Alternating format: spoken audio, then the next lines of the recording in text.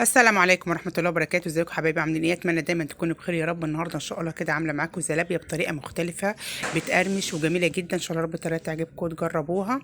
نسمي بسم الله كده. اول حاجه هنعملها، طبعا في اي حاجه حلوه هنعملها لازم نعمل الشربات الاول. هنحط كده كيلو من السكر. طبعا احنا طبعا دلوقتي في شهر رمضان، لسه في اول شهر رمضان وهنعمل حلويات كتير، فبنعمل حوالي كيلو كده من السكر. ولو فات حاجه هنستعملها اي حاجه تانية يعني مش هتخسر. هنحط كده ايه 4 كوبايات من الميه. الكوبايه اللي بنعاير بيها دي بتاعت العصير. حطينا كيلو من السكر عليه 4 كوبايات من المية.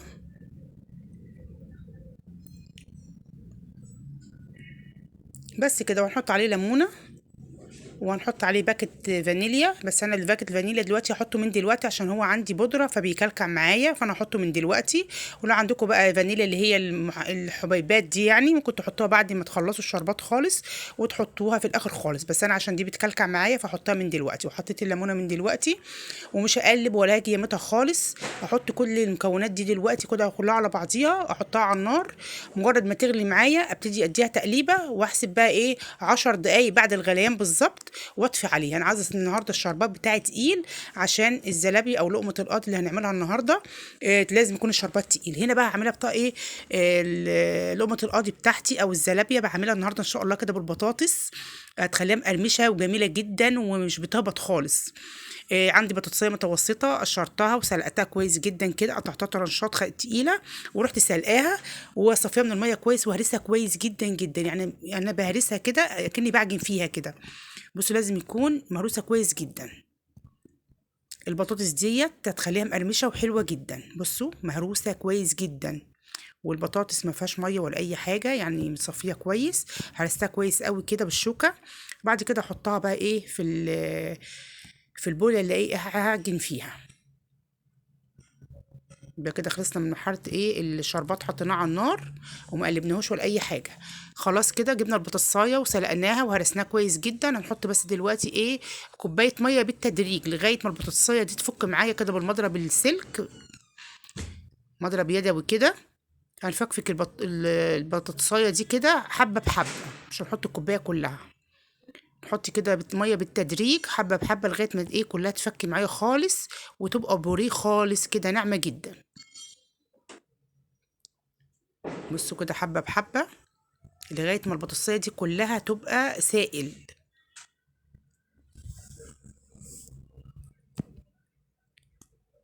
البطاطسيه دي كده هنحط لها ان شاء الله كده ايه كوبايه الميه كلها، وهنضربها كويس جدا كده. كده خلاص حطينا كوبايه الميه ونحط كمان كوبايه تاني عشان لسه هنحط دقيق وبقيه المكونات بتاعتنا. يبقى في الاول خالص حطيت بطاطسايه متوسطه مسلوقه مهروسه كويس جدا ما فيهاش اي تكتلات خالص خالص. وبعد كده حطيت كوبايه ميه بالتدريج لغايه ما فكت معايا خالص كده. وبعد كده احط عليها كوبايه كمان، يعني كوبايتين ميه في البدايه اهوت. هبتدي بقى احط، بس دي الميه دي دافيه مش ميه من الحنفيه، دي ميه دافيه، والميه اللي حطيتها للشربات كانت ميه من الحنفيه. كده نحط معلقه كبيره كده من الخميره الفوريه، معلقه وربع كده من الخميره الفوريه. طب انتوا لو ما عندكوش خميره فوريه سايبه زي اللي عندي هتحطوا باكت اللي هو ابو 3 جنيه دوت على كيلو الدقيق. هنحط كده بس معلقه سكر، مش هنكتر في السكر عشان لما نيجي نحمر الزلابيه ما تحمرش معايا بسرعه من جوه تبقى ايه لسه نيه. احنا عايزين ايه الزلابيه بتاعتنا النهارده تبقى مقرمشه كلها، يعني من جوه تبقى يعني ايه يا دوبك طريه بسيط جدا ومن بره كلها مقرمشه. فكده حطينا معلقه من السكر كبيره، وهنحط معلقه صغيره من الملح برضو هندوبهم مع البطاطس والخميره. هنقلب كويس جدا كده لغايه ما كله يتجانس مع بعضيه. وبعد كده انا نخله كيلو دقيق نخلاه كويس جدا كده. هبتدي افضيه بقى على المكونات اللي انا حطيتها دلوقتي كده. بصوا الشربات غلي اهوت. هسيبه بقى خلاص كده، اسيبه 10 دقايق وبعد كده هطفي عليه كده.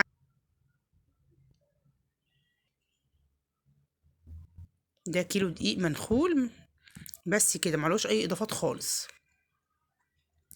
بس هبتدي بقى هعجن بايديا كده. وطبعا انا محضره جنبي ميه دافيه، لازم اعجن بميه دافيه عشان الخميره تتفاعل معايا وتخمر على طول. هعجنها طبعا عجينه ايه طريه كده خالص، مش عجينه ناشفه، يعني عجينه الزلابيه بتبقى طريه شويه.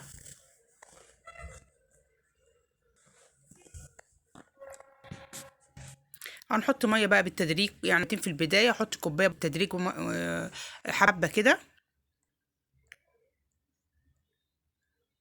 يعني العجينه دي خدت مني حوالي 4 كوبايات ومعلقتين من الميه، وحسب طبعا نوع الدقيق. ممكن نوع الدقيق بياخدش ميه كتير، في نوع دقيق بياخد اكتر من ال4 كوبايات، حسب نوع الدقيق اللي انتوا بتستعملوه. يعني دي كده هي الكوبايه الرابعه ديت. برضو هنحط حبه بحبه كده لغايه ما نشوف العجينه عامله ازاي. العجينه دي بتاعتي خدت 4 كوبايات حوالي ومعلقتين ميه، فانتوا تحطوا بالتدريج زي ما انا بعمل كده على حسب العجينه بتاخد معاكم قد ايه. العجينه كويس جدا، اهم حاجه عجينه الزلابيه تبقى ناعمه، يعني نفضل نعجن فيها لغايه ما تنعم في ايدينا، ما تبقاش فيها تكتلات خالص، تبقى عجينه ناعمه.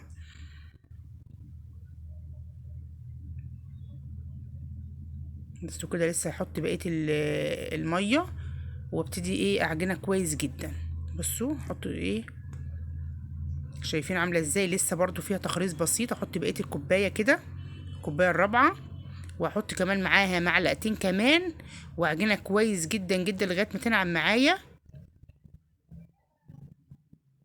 بصوا كده اضرب فيها كده على طول كده، الطريقه دي تخليها بتنعم معايا، تبقى عجينه ناعمه في ايديا، مفيش اي تخريص فيها خالص.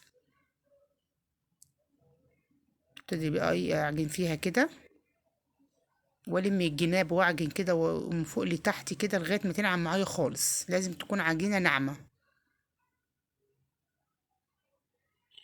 بصوا كده عجينه كمان كويس جدا. انا في المرحله دي بقى انا ما حطيتش المعلقتين الميه في الكاميرا، كانت فاصله، يا دوبك حطيت اللي معايا كل 4 كوبايات. وبصوا كده انا حطيت المعلقتين الميه في الفاصل، يعني اللي انا ايه فصلت فيه الكاميرا. بصوا اهيت اعجن فيها كويس جدا والم الحروف كده من على الطبق وارجع لكم تاني. عجينه كويس قوي كده تاني، والم كده الطبق انضفه ونرجع تاني. كده خلاص عجنتها كويس قوي كده ولميت حروف الطبق كده. ابتدي بقى اغطيها واحطها في مكان دافي. يعني انا كنت بعمل الاكل دلوقتي، يعني من شويه كنت مولعه البوتاجاز على الشربات، وجنبيها بقى الناحيه التانية بعمل اكل، فكنت حطاها جنب البوتاجاز، فعلى طول خمرت معايا كده الشربات. خلاص انا كده قلبته. بصوا هو لسه كمان يعني ايه فاضل له حاجات بسيطه، لسه ما كملش ال10 دقايق، ونكمل 10 دقايق واطفي عليه كده. خلاص طبعا خمرت معايا بسرعه، ما خدتش اي وقت عشان البوتاجاز عندي كان سخن، يعني حطها جنب الحاجات كده وانا شغاله وانا بعمل في الفطار كده، كانت خمرت معايا. هنا بقى لازم احط زيت كتير غزير كده. انا احط ازاز الزيت، هي ما بتاخدهاش كلها طبعا، بس لازم في البدايه وانا شغاله كده لغايه ما اخلص كل الكميه لازم الزيت يكون غزير، عشان الزلابيه تطلع معايا كده ايه مدوره ومقرمشه. لكن لو الزيت قليل مش هتطلع مدوره، هتطلع مبططه كده، ليها يعني ليها قاعده كده.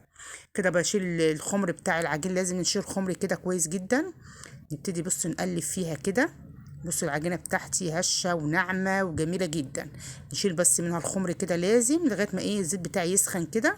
وخلاص احضر ميه جنبي، احضر زيت. انا بعملها بايديا، وانتوا حسب ما بتحبوا تقطعوا الزلابيه او لقمه القاضي حسب ما تحبوا. انا على طول بعملها بايديا كده، بحيث ان انا اسرع من المعلقه او كيس او اي حاجه انتوا بتستعملوها. فانتوا حسب ما تحبوا حسب ما متعودين تقطعوا الزلابيه ازاي. بس انا قلت اديكم الفكره ان هي بتتعمل بالبطاطس، بتخليها مقرمشه وحلوه جدا جدا وما بتهبطش خالص وناشفه جدا. بصوا كده الزيت بتاعي عندي مش بسخن قوي، يا دوبك يعني دافي. ابتدي اقطع فيه وهو دافي كده، املى الصينيه دي كلها، الطاسه دي املاها اهوت. مجرد ما هتسخن معايا بقى كله هيطوف على وش الزيت كده، وهبتدي اقلب فيه. هوريكم دلوقتي اقلب فيه ازاي. دلوقتي هو النار عاليه جدا والزيت دافي بدأ يسخن معايا، كل ما بيسخن كل ما بيطفي ايه على وش الزيت. بصوا كده انا مليت الطاسه على الاخر اهيت، وابتدي بقى احاول بقى اقلب بالراحه كده. عايزين يبقى الزلابيه لونها موحد ولونها ذهبي حلو قوي، على طول تقلبوا كده من تحت لفوق من تحت لفوق كده عشان كله يحمر معاكوا سوا واحد. بصوا كده شايفين من تحت لفوق كده، على طول نقلب ونار عاليه جدا في اول طاسه بس النار عاليه.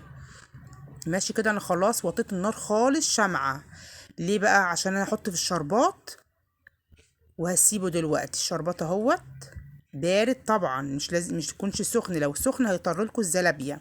لازم الشربات بتاعكم يكون بارد تماما. لو الزيت سخن، قصدي الزلابيه سخنه والشربات سخن، الزلابيه بتاعتكم هتطرى. فلازم الشربات يكون تقيل وبارد، والزلابيه سخنه. هديله تقليبه طبعا كده حلوه كده، واروح سايباه برده، مش هشيله على طول. بس كده اروح بقى اقطع بقى طاسه تانية. بص انا حطيت ميه جنب بس عشان ابل ايدي واقطع عشان ما تلزقش في ايدي. عايزين تحطوا زيت، عايزين تحطوا ميه، حسب ما تحبوا. كل ما نيجي نحط الحطه يعني نقطع، نديها تقليبه برده الخمر ايه، نبططه شويه كده. بصوا النار واطيه جدا، انا لسه ما علتش.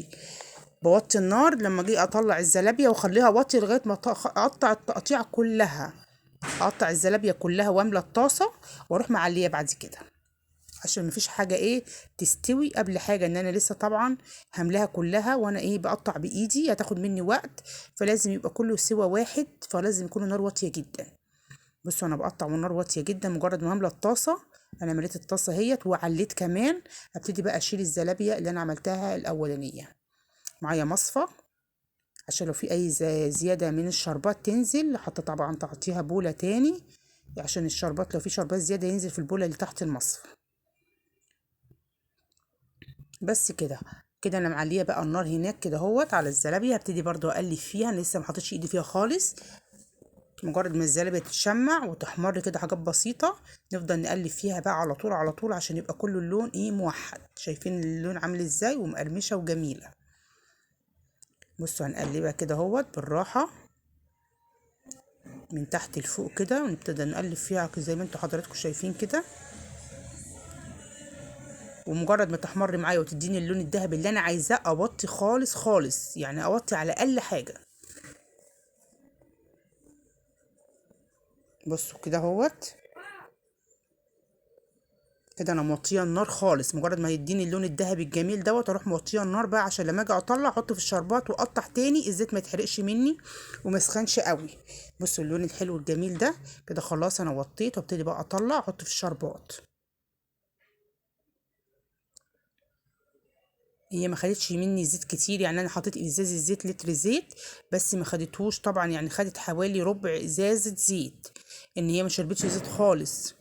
والازازه دي كمان انا كنت مستعمله منها شويه، كنت واخده منها شويه، يعني مش ازازه كامله، يعني انا حطيت ازازه بس كانت ناقصه شويه، فما اشربش زيت خالص. بس كل ما اعمل الحطه اروح مقلبه العجينه تاني. كل حطه لازم اقلب العجينه اشيل منها الخمر، عشان كل ما بتقعد كل ما بتخمر. بس كده اروح بقى ايه برضو موطيه النار خالص. ابتدي بقى اقطع بالراحه خالص كده. انا بقطع واحده بواحده صغنونه كده، وحسب ما تحبوا انتوا عايزين تعملوها بالمعلقه، في ممكن تحطوها في كيس وتقطعوا بمقص، حسب ما تحبوا انتوا بتقطعوا ازاي، اللي يريحكوا اعملوه.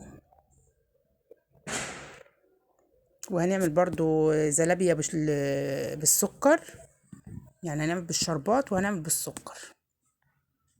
ممكن لو عندكم شوكولاتة اللي هي سايحة ديت، ممكن تحطوها على وشها برضو وهي سخنة كده تطلع، وتحطوا عليها الشوكولاتة، تبقى حلوة جدا برضو. بس كده هقطع بقى الكمية كلها كده لغاية ما املى الصينية وتتشمع معايا، واروح مقلباها بقى من تحت لفوق لغاية ما يديني اللون الذهبي الجميل. والزلابية في الشربات مش هطلعها دلوقتي غير لما تطلع الحطة الأولانية. بصوا كده اتشمعت اهي معايا، وابتدي بقى اقلب بالراحه خالص كده، وعلي النار بقى دلوقتي كده. انا هعلي النار، بيديكوا كله بقى اللون موحد. والشربات والزلابه دي بقى هتطلع خلاص اهي، عشان التاني قربت تطلع وتتشرب كويس جدا. لازم نحطها في بصوا شايفين اللون عامل ازاي جميل جدا. لازم تدوها ايه، مش تبقى لون ذهبي فاتح، لون ذهبي غامق شويه، عشان مجرد ما تحط في الشربات، لو انتوا عاملينها فاتحه بتفتح، فلازم تغمقوها شويه عشان تحط في الشربات ما تفتحش، تبقى اللون ايه غامق شويه. ولا اي شربات فاض منكم بتحطوه في برطمان او ازازه وبتبقى بالتلاجة، بيفضل معاكم لغايه شهر رمضان كله ان شاء الله كده، لو عايزين تعملوا كميه يعني. بس كده هنقلب بقى كده من تحت لفوق كده بالراحه خالص، عشان تديني كلها اللون موحد.